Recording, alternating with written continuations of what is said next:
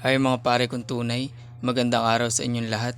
Ngayong araw nga po pala ay pupunta kami sa bayan ng Bongabong para magsabit ng mga requirements sa Minsu.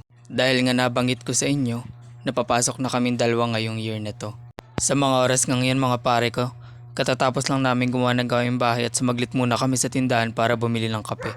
Hindi rin naman ganong kalayo ang tindahan dito sa amin pero mas pinili namin magmotor kasi mga tamad kami maglakad. At pagkarating nga namin mga pare ko, tinimpla ko agad yung kape kasi baka tanghalian na naman kami papunta dun. Napakainit pa naman. Yung boyfriend ko nga pala sa mga oras na hinahanap yung alaga niyang pato kasi nawawala. Sabi ko nga sa kanya matapos niya alagaan at mahalin yung alaga niya, iniwan lang siya. Parang ginawa ng jowa mo sa'yo. Aroy ah. At sa mga oras ngang yan mga pare ko, yan siya at hinahanap pa rin yung alaga niya. Pero sabi ko sa kanya hayaan at baka bumalik din naman nagala lang. Paano ba naman kasi itong patong to hindi nagpapaalam?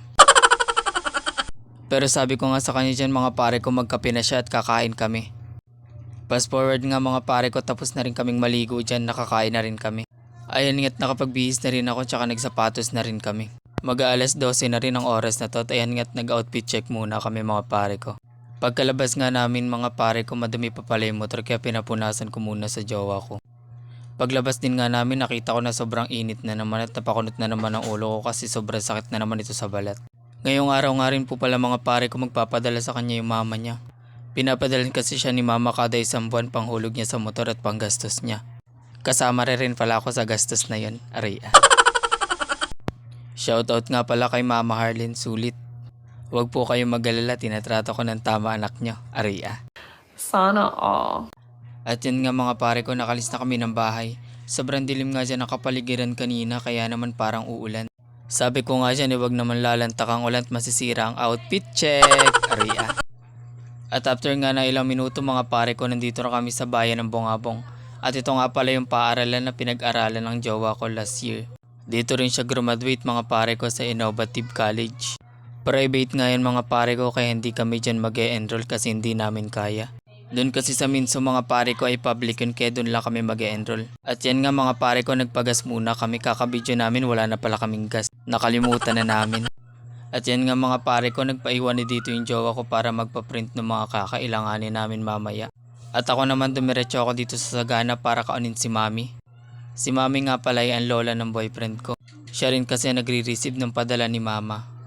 Sa mga oras ng yan ay yung jowa ko nagpapaprint na.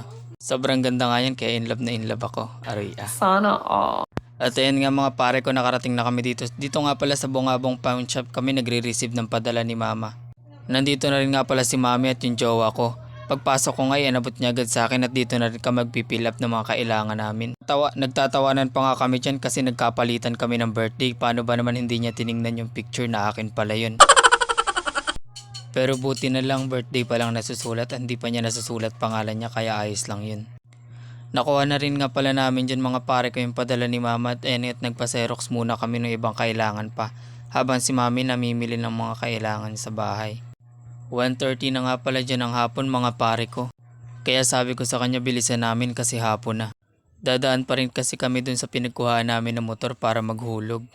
Tapos na nga pala kami magpa-xerox mga pare ko. At yan nga mga pare ko dadaan pa sana ako dyan para mag-video ng mga moryon kaso tapos na pala. At yan nga si mami bumibili ng bigas. Pagkatapos niya dumaan din siya dito sa butika para bumili ng skincare niya. Sana all. Hindi pa rin naman talaga ganong katanda si mami kaya nag-i-skincare pa siya. Sana all. At ayan nga mga pare ko sabi ko sa jowa ko siya naman maghatid kay mami kasi ako na naghatid kanina. Sobrang init naman talaga kasi kanina nung kinaon ko si mami at baka mamatay na ako. Ayoko pa namang mamatay kasi hindi pa kami kinakasal. Ari. Dito ko na nga siya inintay mga pare ko sa may sentral. At after 200 months nga mga pare ko dumating na rin siya. At ayan nga mga pare ko siya na rin ang pinag-drive ko. Hindi rin naman kasi gaano kalayo ang aming pinaghuhulugan ng motor mga pare ko. Dito nga pala kami naghuhulog ng motor sa Mitsukoshi sa Bongabong. Pagkapasok nga namin dyan mga pare ko ay pinrases agad nila. Sobrang gaganda nga pala ng mga motor dito mga pare ko. At talaga namang afford na afford mo kapag kukuha ka ng hulugan. Kaya dito kami kumuha mga pare ko. At sa mga oras na ngayon mga pare ko naiinip na kami kasi matagal din pala. Pero yan nga dahil maalam kami maghintay ayan at tapos na. Sana all. Pagkatapos nga nun mga pare ko ayan at bumiyahe na rin agad kami papunta dito sa Minsu. First time ko nga rin palang makakapasok dito sa paaralan na to mga pare ko. Mag-alas 3 na nga rin pala ng mga oras ito mga pare ko at sobrang tirik na tirik pa rin ang araw. At dahil nga babad na naman kami sa araw ngayon ay sayang na naman ang Kojik, Aria. At ayan nga mga pare ko pumasok na kami. Dito rin kami kasi tinuro nung kakilala niya. Pero pagdating nga namin doon ay hindi nga daw doon, Aria. Dito nga daw sa guidance office mag-a-admit mga pare ko. At ayan nga tinuturo na sa amin ni sir ang mga pipila pa namin. At nagpilap din naman kami agad mga pare ko. Madali lang rin pala naman yung mga pipilapan, kala ko kasi mahihirap. At buti na lang talaga kami lang dalawa yung nag-admit ngayong araw na ito mga pare ko kaya madali rin agad kaming matatapos. At pagkatapos nga ng jowa ko ay ako naman ang in-interview ni sir. Binabasa niya nga dyan yung mga pinilapan ko at nakita niya yung first choice at second choice ko na course. At sabi nga sa akin ni sir hindi daw pwede yung second choice ko na course na criminology. Kasi nga daw hindi pasok yung average na grade ko mga pare ko. Kaya naman doon ako nalungkot, Aria. Kaya naman pinaltan ko na lang na HM yung second choice ko mga pare. Pero yung first choice ko mga pare ay tourism talaga. Pero yung totoong first choice ko talaga mga pare ko ay yung jowa ko, Aria. Sana all. At ayun nga mga pare ko, pauwi na rin kami. Mabilis na rin kaming natapos mga pare ko kasi dadalawa lang kami nag-admit ngayon. At paglabas nga namin mga pare ko, sobrang init pa rin talaga.